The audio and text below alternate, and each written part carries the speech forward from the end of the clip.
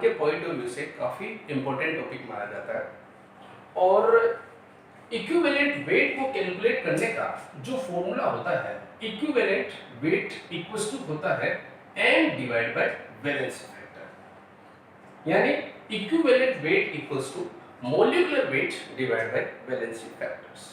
सबसे ज्यादा बच्चों को प्रॉब्लम आती है वैलेंसी फैक्टर्स में। अब देखिए यहाँ पे वैलेंसी फैक्टर का मतलब होता है number of electron transfer,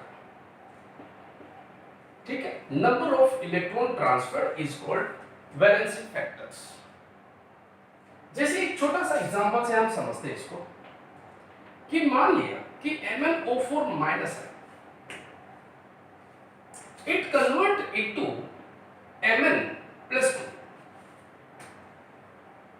Find the equivalent weight of MnO4 minus है। तो सबसे पहले हमें ये देखना पड़ेगा कि रिएक्टेंट अपने ओरिजिनल कौन सी ऑक्सीडेशन स्टेट में प्रेजेंट है। तो मुझे पता चला कि मैग्नीज यहां प्लस का 7 में है और इधर मैग्नीज प्लस के 2 में है। तो इसका मतलब मैग्नीज प्लस 7 से प्लस 2 में जब जाएगा तो टोटल 5 इलेक्ट्रॉन का ट्रांसफर होगा। तो 5 इलेक्ट्रॉन का जब ट्रांसफर हो रहा है तो यही इसके लिए वैलेंसी फैक्टर हो जाएगा। तो इस रिएक्शन के अंदर मैग्नीज का वैलेंसी फैक्टर है 5। तो 5 है तो इसका जो इक्विवेलेंट वेट आएगा वो आएगा बच्चों m/5, molecular weight upon valency factor.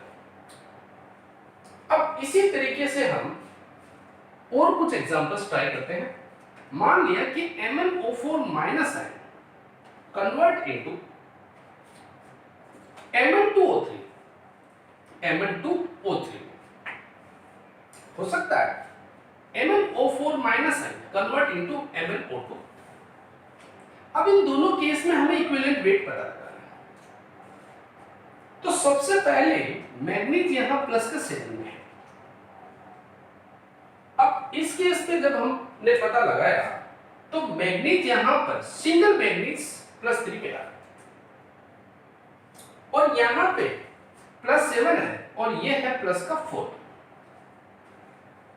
तो मैग्नीज पहले केस में प्लस के 7 से कन्वर्ट हो रहा है प्लस का 3, तो मतलब 4 इलेक्ट्रॉन का ट्रांसफर हुआ।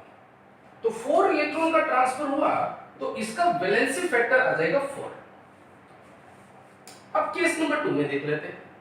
तो प्लस 7 से ये प्लस 4 में गया तो इसका वैलेंसी फैक्टर यहां पर प्लस 4 से प्लस 7 है तो वैलेंसी फैक्टर आ गया 3। क्लियर? तो अब पहले केस में इक्विवेलेंट जो वेट आएगा वो आएगा m divide bye 4 because 4 electron का ट्रांसफर हुआ। और दूसरे केस के अंदर इक्विवेलेंट जो वेट आएगा वो आएगा m divide by 3।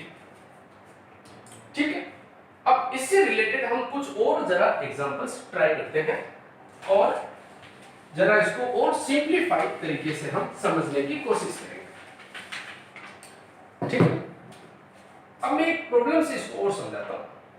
Find equivalent weight of HNO3 when it convert into NO, NO2 and NH4 plus. ठीक है, देख लेते हैं। तो HNO3 तीन कंपाउंड्स में कन्वर्ट हो रहा है। First one is NO, second है NO2 और फिर है NH4 प्लस। ठीक है, तो अब हमें यहां पे HNO3 का ऑक्सीडेशन स्टेट देखना पड़ेगा। तो HNO3 में नाइट्रोजन का ऑक्सीडेशन स्टेट है +5, यहां पे नाइट्रोजन का ऑक्सीडेशन स्टेट है +2। इस केस में नाइट्रोजन का ऑक्सीडेशन स्टेट आ रहा है +4 और अमोनियम आयन में नाइट्रोजन का ऑक्सीडेशन स्टेट आएगा हमारा -3। ठीक, अब यहां HNO3 NO के केस में +5 से +2 में जा रहा है, मतलब 3 इलेक्ट्रॉन का डिफरेंस है। तो 3 इलेक्ट्रॉन का डिफरेंस आएगा तो इसका वैलेंसी फैक्टर आ गया यहाँ पे 3। अब इस केस में +5 से +4 में जा रहा, मतलब 1 इलेक्ट्रॉन का डिफरेंस है, तो इसका वैलेंसी फैक्टर आ जाएगा 1। अब इस केस में +5 से -3 में जा रहा है, मतलब 8 इलेक्ट्रॉन का डिफरेंस आ रहा है, और 8 इलेक्ट्रॉन का डिफरेंस आएगा तो इसका वैलेंसी फैक्टर हो गया 8। अब इसका इक्विवेलेंट वेट, इस केस में equivalent weight of HNO3 equals to आ जाएगा n डिवाइड बाय 3, जबकि इस केस में इक्विवेलेंट वेट आएगा n डिवाइड बाय 1, और केस नंबर 3 के अंदर इक्विवेलेंट वेट आएगा n डिवाइड बाय 8। ठीक है, तो इस तरीके से हम किसी भी कंपाउंड का इक्विवेलेंट वेट कैलकुलेट कर सकते हैं।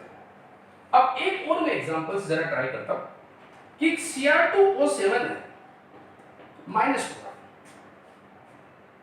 और ये कन्वर्ट हो रहा है Cr+3 में और दूसरे में CrO2। अब दोनों केस में हमें Cr2O7 डाइक्रोमेट आयन का इक्विवेलेंट वेट कैलकुलेट करना है। तो पहले केस में देख लेते हैं। तो सबसे पहले जब हम यहां ऑक्सीडेशन स्टेट कैलकुलेट करेंगे तो सिंगल क्रोमियम का ऑक्सीडेशन स्टेट आ रहा है +6, और यहां पे इस केस के अंदर क्रोमियम का ऑक्सीडेशन स्टेट आ रहा है +3। तो एक सिंगल क्रोमियम +6 से +3 में जा रहा है, मतलब 3 इलेक्ट्रॉन का डिफरेंस है। लेकिन आपको यह देखना है कि रिएक्टेंट के अंदर कितने क्रोमियम है। तो मेरे पास ये 2 क्रोमियम है, तो 2 क्रोमियम जब 2Cr+3 में जाएंगे तो टोटल जो मेरे को जो डिफरेंस मिलेगा 6 इलेक्ट्रॉन का डिफरेंस आएगा, तो हमारा वैलेंसी फैक्टर यहां पर 6 आएगा, ना कि 3 आएगा। हमें टोटल एटम्स का देखना पड़ेगा। अब इसी तरीके से इसकी बात करें तो यहां 2 क्रोमियम है, तो यहां पर भी हमारे पास 2 क्रोमियम होने चाहिए। तो यहां पे +6 है और यहां क्रोमियम आ रहा है +4। ठीक है, तो +6 से +4 में जा रहा है, मतलब 2 इलेक्ट्रॉन का डिफरेंस है। तो 2 क्रोमियम जब जाएंगे तो हमारे पास यहां पर 4 इलेक्ट्रॉन का डिफरेंस आया, तो वैलेंसी फैक्टर हो गया 4।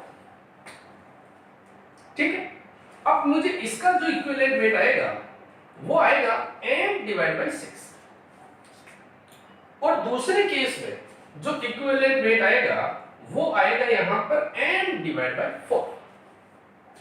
ओके, n डिवाइड बाय 4 आ गया। अब मैं एक और प्रॉब्लम के बारे में डिस्कस करता हूं। ठीक है, देखिए बच्चों, नेक्स्ट प्रॉब्लम है हमारा एक फोटोसिंथेसिस की मैं रिएक्शन करवा रहा हूं।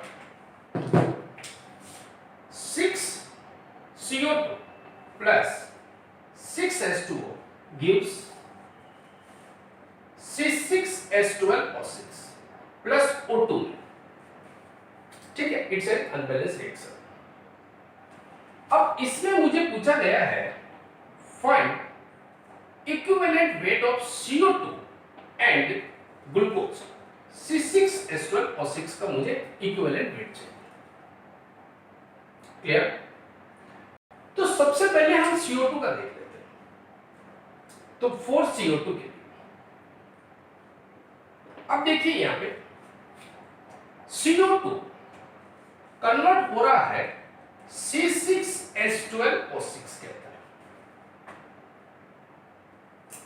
तो मुझे इस CO2 के अंदर एक सिंगल कार्बन का ऑक्सीडेशन स्टेट आ जाएगा X minus 2 into 2 equals to 0, तो X इक्वल्स टू आ जाएगा +4।